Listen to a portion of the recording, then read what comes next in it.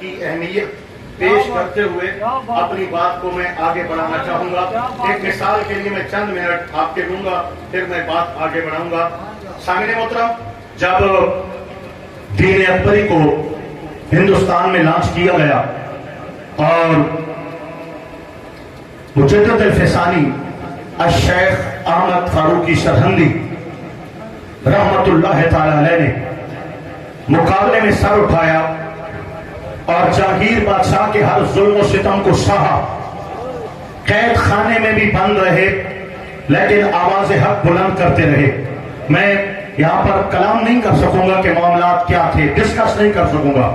ایک رات جہانگیر بادشاہ نے اپنے وزیر کو کہا کہ مجھے ڈر لگتا ہے بابا کہیں سچا نہ ہو. اگر بابا سچا ہوا تو میری تو آخرت تباہ ہو جائے گی. مجھے لگتا ہے کہ بابا یا تو کرسی کے لیے کر رہا ہے یا واقعی دین محمدی کے لیے کر رہا ہے. اس کو آزماؤ. کہا کیسے؟ رات کے اندھیروں میں وزیر جاتا ہے، کہتا ہے اے بابا جی، جس طرح آپ بادشاہ وقت سے تنگ ہیں اسی طرح میں بھی بادشاہ وقت سے تنگ آ چکا ہوں. آؤ مل جل کر ایک سازش بنائیں. فرمایا وہ کیا؟ کہا میں رات کو بادشاہ کے کمرے خاص میں جا کے گردن کاٹ کے تھالی میں رکھ کے آپ کو پیش کر دوں گا، لیکن میری بات آپ کو ماننا پڑے گی.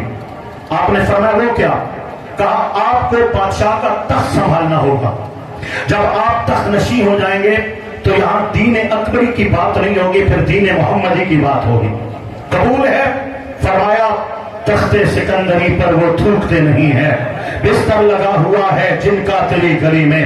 میں بادشاہ کے تخت کے لیے نہیں کر رہا، میں تو رسول خدا کے دین کو تخت پہ لانے کے لیے کر رہا ہوں. لہذا چلے جاؤ. میرا مقصد بادشاہ کا سر قلم کرنا نہیں ہے، میرا مقصد بادشاہ کو ہدایت کی راہ پر گامزن کرنا ہے. جب بادشاہ وقت کو خبر ہوئی، بادشاہ کو احساس ہوا، آپ کو دربار میں بلایا، اپنی مسند پہ بٹھایا، قدموں میں بیٹھا، آپ کے ہاتھ چومے، آپ کی بیعت کی، تجدید ایمان ہوا، توبہ کرتا ہے، آپ کی بیعت کرتا ہے. اور پھر دنیا والوں نے دیکھا ہندوستان پر کس طرح دین اکبری ختم ہو گیا اور دین محمدی کا دور دورہ ہو گیا.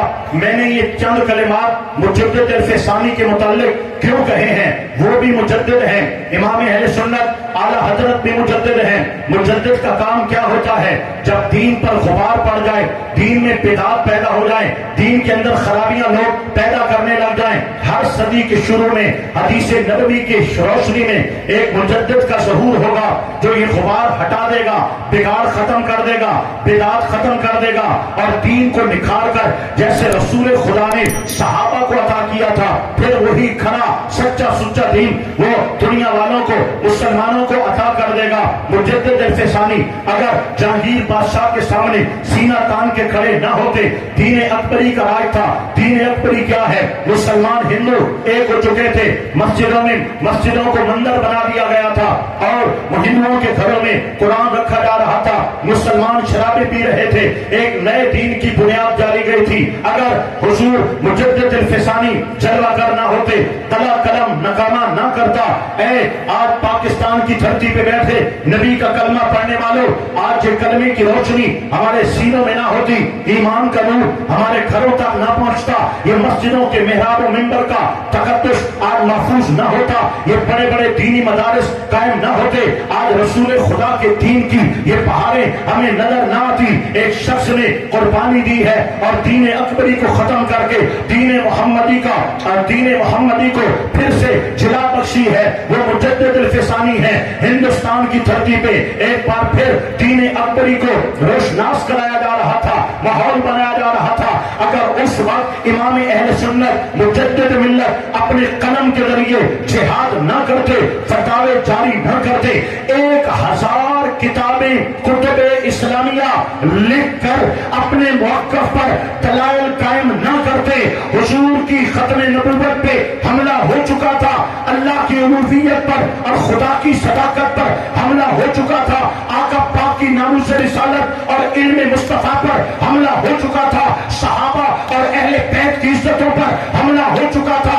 اگر پر وقت میرا امام میدان عمل میں نہ اترتا، آج یہ تارے ختم نبوت کے ہمیں نعرے سنائی نہ دیتے، مصطفیٰ جان رحمت پہ لاکھوں سلام کی صدائیں ہمارے کانوں کو معطر نہ کرتی، یہ محراب و منبر کا حسن و جمال ہمیں نظر نہ آتا، یہ علماء کی روشن چبینے اور چمکتے چہرے آج ہمیں نظر نہ آتے، یہ قال اللہ اور قال رسول کی صدائیں ہمیں نظر نہ آتی۔ خدا کی قسم ہے اگر دینی درسگاہ میں پاکستان ہندوستان کی دھرتی پہ درسگاہ میں 5 سال کا بچہ بسم اللہ الرحمن الرحیم پڑھ رہا ہے، وہ بھی فیضان احمد رضا خان پڑھ رہا ہے۔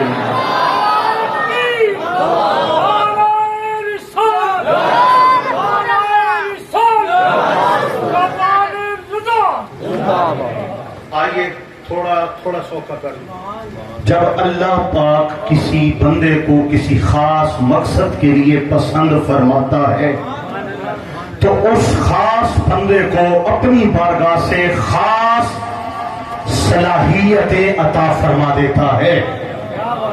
مقصد کے لیے پسند بھی اللہ نے کیا تو مقصد کے لیے خصوصیات بھی اللہ پاک خود عطا فرما دیتا ہے، اور انہی خصوصیات کو میرا رب فرماتا ہے ذالک فضل اللہ یؤتیہ من یشاء، یہ اللہ کا